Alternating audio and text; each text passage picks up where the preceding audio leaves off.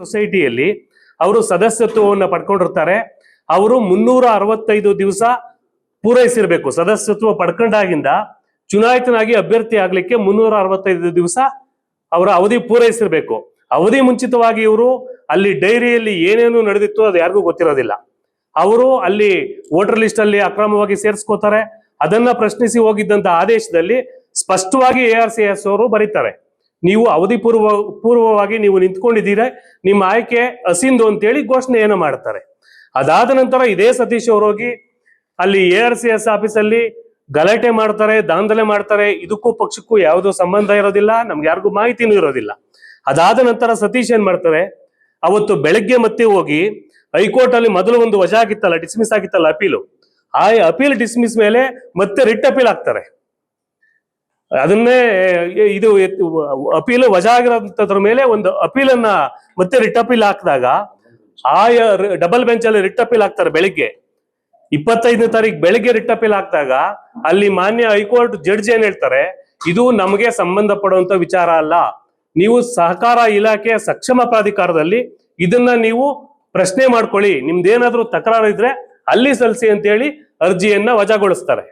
ಅದಾದ ನಂತರ ಕಡತನಮನೆ ಸತೀಶ್ರು ಮತ್ತೆ ಏನ್ ಮಾಡ್ತಾರೆ, ಮಧ್ಯಾಹ್ನ ARCS ಒಂದು ಆದೇಶ ಮಾಡಿದ್ರಲ್ಲ ಅವರನ್ನ ಅನರ್ಹಗೊಳಿಸಿ, ಅದನ್ನ ಪ್ರಶ್ನೆ ಮಾಡಿ ನನಗೆ ನೋಟಿಸ್ ನೀಡಿರೋದಿಲ್ಲ, ನನ್ನ ಗಮನಕ್ಕೆ ಬರದೆ ಇದು ಏಕಪಕ್ಷೀಯವಾಗಿ ಇದನ್ನ ಆದೇಶ ಮಾಡಿದ್ದಾರೆ ಅಂತೇಳಿ ಹೈಕೋರ್ಟ್ ನಲ್ಲಿ ಮತ್ತೆ ಒಂದು ಮಧ್ಯಾಹ್ನ ಒಂದು ಅರ್ಜಿಯನ್ನ ಸಲ್ಲಿಸ್ತಾರೆ. ಆ ಅರ್ಜಿಯನ್ನ ಮಾನ್ಯ ಹೈಕೋರ್ಟ್ನ ನ್ಯಾಯಾಧೀಶರು ಆಲಿಸಿ ಅವರು ಒಂದು ಆದೇಶವನ್ನ ಮಾಡ್ತಾರೆ. ನಿಮ್ಗೆ ನೋಟಿಸ್ ಕೊಡ್ಲಿಲ್ಲ ಅನ್ನೋದು ಅಷ್ಟೇ ನಿಮ್ಮ ತಕರಾರಿದೆ, ಅದಕ್ಕೋಸ್ಕರ ನಾವೇ ಒಂದು ದಿನಾಂಕವನ್ನ ನಿಗದಿ ಮಾಡ್ತೀವಿ ಅಂತೇಳಿ 18/5/2026 ಯಾರು ARCS ಹಿಂದೆ ಆದೇಶ ಮಾಡಿತ್ತು ಆ ಆದೇಶವನ್ನ ಸದ್ಯಕ್ಕೆ ನಾವು ರದ್ದುಗೊಳಿಸಿದ್ದೇವೆ.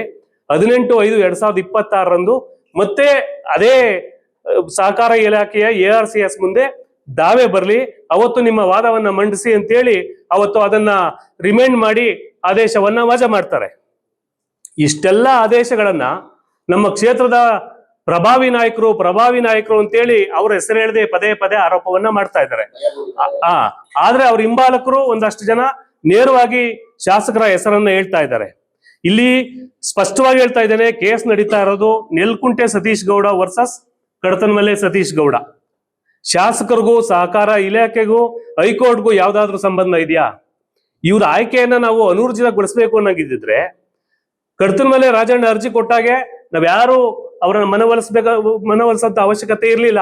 ಅವತ್ತೇ ನಾವು ಸುಮ್ಮನೆ ಆಗಿದ್ರೆ ಅವತ್ತು ಅಲ್ಲೇ ವಜಾ ಆಗ್ತಾ ಇತ್ತು. ಇದು ಅವನು ಮಾಡಿರುವಂತ ಅಕ್ರಮಗಳು ಯಾರ ಗಮನಕ್ಕೂ ಬಂದಿರ್ಲಿಲ್ಲ. ಎಲ್ಲಾ ಅಕ್ರಮಗಳನ್ನ ಅವ್ರು ಮಾಡ್ಬಿಟ್ಟು ಇವತ್ತು ಶಾಸಕರ ಮೇಲೆ ಆರೋಪ ಮಾಡುವಂಥದ್ದು, ಬೇರೆ ಬೇರೆ ರೀತಿ ಮಾಡುವಂಥದ್ದು, ಇದು ತಪ್ಪು ಸಂದೇಶ ಹೋಗುತ್ತೆ. ಸತೀಶ್ ಅವರು ನಮ್ಮ ಪಕ್ಷಕ್ಕೆ ಹೊಸದಾಗಿ ಬಂದ್ರು ಕೂಡ ಎಲ್ಲ ಸವಲತ್ತುಗಳನ್ನ ಕೊಟ್ಟಿದ್ದೇವೆ. ಅನೇಕ ನಾಯಕರು ಇಲ್ಲಿದ್ದಾರೆ. ರಾಜಣ್ಣ ಅವ್ರು 45 ವರ್ಷ ಪಕ್ಷ ಕಟ್ಟಿದ್ದಾರೆ, ಶಾಸಕರ ಜೊತೆ ಇದ್ದಾರೆ, ಪಾಪ ಇವತ್ತಿಗೂ ಏನೂ ಆಗ್ಲಿಲ್ಲ. ಜಯಣ್ಣವ್ರು ಇದ್ದಾರೆ, ರಾಮಮೂರ್ತಣ್ಣ ಇದ್ದಾರೆ, ಇಷ್ಟೆಲ್ಲ ಸೀನಿಯರ್ಸ್ ಇದ್ರು ಕೂಡ ಅವತ್ತು ಕಾಂಗ್ರೆಸ್ JDS ಇಂದ ಅವ್ರನ್ನ ಹೊರಗಡೆ ಹಾಕಿದ್ದು, ಅವರ ಅಕ್ರಮಗಳನ್ನ ಸಹಿಸ್ಕೊಳಕಾಗದೆ ಅವರನ್ನ ಹೊರಗಡೆ ಹಾಕಿದ್ರು. ನಮ್ಗೆ ಯಾರಿಗೂ ಗೊತ್ತಿರ್ಲಿಲ್ಲ. ನಮ್ಮ ಪಕ್ಷಕ್ಕೆ ಬಂದಿದ ತಕ್ಷಣ ನಾವು TP ಟಿಕೆಟ್ ಕೊಟ್ವಿ, ತಾಲೂಕ್ ಪಂಚಾಯತಿಗೆ ಮಂಡಲ ರೈತ ಮೋರ್ಚಾ ಅಧ್ಯಕ್ಷನ್ ಮಾಡಿದ್ವಿ, ಜಿಲ್ಲಾ ರೈತ ಮೋರ್ಚಾ ಅಧ್ಯಕ್ಷನ್ ಮಾಡಿದ್ವಿ, ರಾಜ್ಯ ರೈತ ಮೋರ್ಚಾ ಕಾರ್ಯದರ್ಶಿಯನ್ನ ಮಾಡಿದ್ವಿ.